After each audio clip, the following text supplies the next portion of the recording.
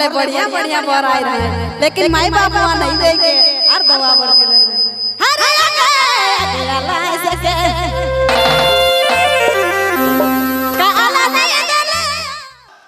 लगा थी आवाज हमरे सोनी कुमारी जी के लेकर पसंद वाला गीत कर संगे नाचे वाला गीत कर बारी होवी लेकर पसंद वाला नया वाला गीत कर बारी होवी। कहे ना हमरे है कि झारखंडी हमरे कर पहचान अलग है, बोलना ही गीत और चलना ही नाच है, ये तो हमरे झारखंडी कर पहचान है। हमरे है कि धरती आबा भगवान बिरसा मुंडा कर माटी कर लाल, झारखंड कर आदिवासी। एक प्रेम से बोलिए बिरसा मुंडा की।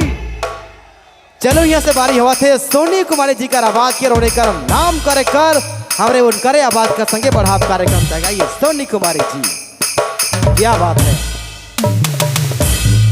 आइए सोनी कुमारी जी, और सोनी जी के बाद फिर से रहेंगे तैयार श्रीमती सुहाना देवी, जब से विशेष फरमाइश है उनके बाद रहेंगे तैयार अभिनाश नायक जी। फिलहाल सोनी जी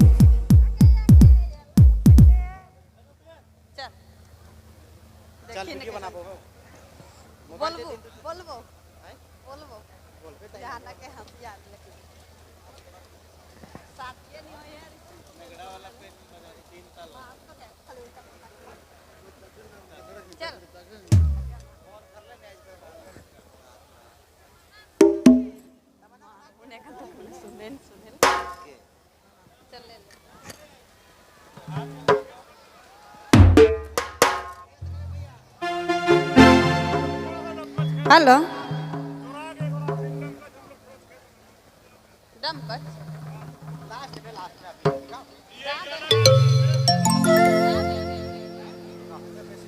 हेलो आगे आगे अलाई सके काला नहीं दले आगे आगे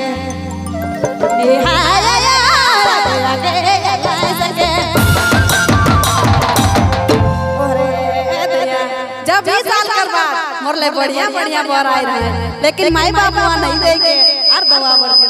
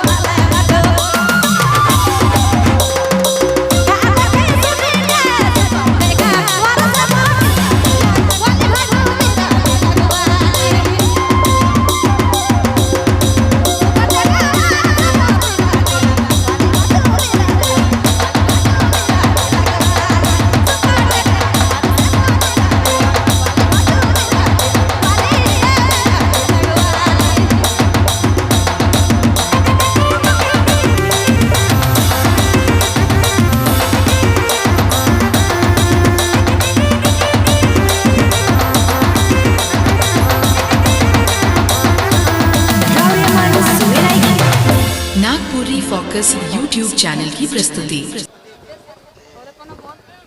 अब विशेष फरमाइश है अहिर कोचा ना जाबे मैया के होना चाहिए क्या? एक बार प्यार से